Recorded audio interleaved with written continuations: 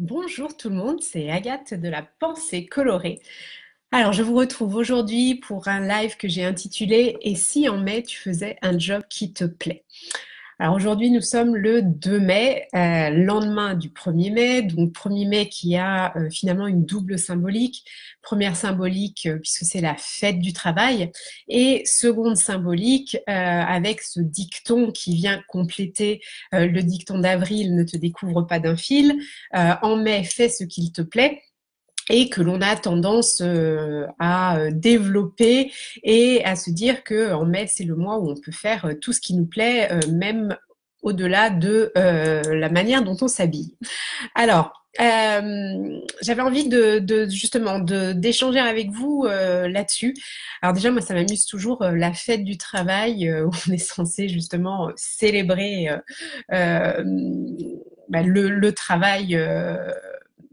Le travail et que c'est une journée où justement on ne travaille pas. Donc ça m'amuse beaucoup en termes de symbolique. Je trouve ça assez intéressant.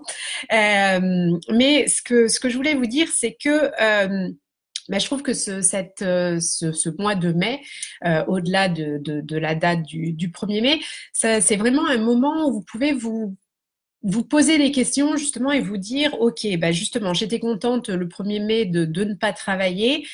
Pourquoi? Est-ce que je suis vraiment heureuse dans mon travail? Est-ce que mon travail a du sens? Est-ce que mon travail me permet de me réaliser, de m'accomplir? Est-ce que le matin, je suis contente quand je me lève à l'idée d'aller travailler? Est-ce que quand une nouvelle semaine commence le lundi matin, j'y vais en traînant les pieds ou au contraire, est-ce que je suis ravie à l'idée de recommencer à travailler? C'est vraiment super intéressant et super important que vous vous posiez ces questions-là parce que moi, pour avoir été 14 ans malheureuse dans mon travail et pour être aujourd'hui totalement épanouie et vraiment euh, avec la sensation de faire un travail au quotidien qui est rempli de sens et qui me permet vraiment de me sentir utile, de m'accomplir tout simplement. Je sais vraiment quelle est la différence, non seulement au quotidien dans son travail, mais finalement de manière plus large dans notre vie en général, car on passe tellement de temps dans son travail que si on a un job qui ne nous plaît pas, si on est mal dans notre travail, il est très très difficile d'être épanoui au quotidien dans sa vie, même personnelle. Donc vraiment, vraiment, c'est des questions que je vous invite à vous poser et à réfléchir aussi, si vous êtes vraiment mal dans votre travail, déjà depuis combien de temps vous n'êtes pas bien dans votre job, et puis d'aller plus loin dans cette réflexion et de réfléchir aux raisons qui font que vous n'avez toujours pas changé. Parce que moi, comme je vous le disais, j'ai été malheureuse pendant 14 ans et il y avait plein de raisons en fait qui faisaient que je n'osais pas faire une reconversion comme je l'ai faite au bout de 14 ans. Généralement, on a des peurs.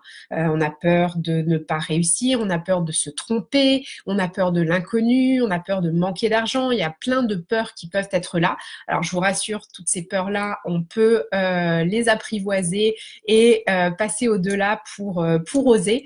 Moi, dans mon cas aussi, j'avais ces peurs, mais j'avais surtout aussi euh, en fait, je savais ce que je ne voulais plus faire, mais je n'avais aucune idée de ce vers quoi je voulais aller. J'avais aucune idée en fait de la reconversion professionnelle que je pouvais envisager. Donc c'est pour ça que je me suis fait accompagner pour voilà, faire une phase d'introspection et puis pouvoir identifier ce qui allait être bon pour moi. Mais vraiment réfléchissez à ce qui vous empêche d'avancer sur un projet pour avoir une vie épanouissante au niveau professionnel.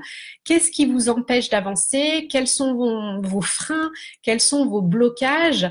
Et en prenant conscience de ça, ça va vous aider justement à avoir envie de passer à l'action et d'aller au-delà de tout ce qui vous freine. Parce que comme je vous le disais, c'est très très important d'être épanoui dans son travail.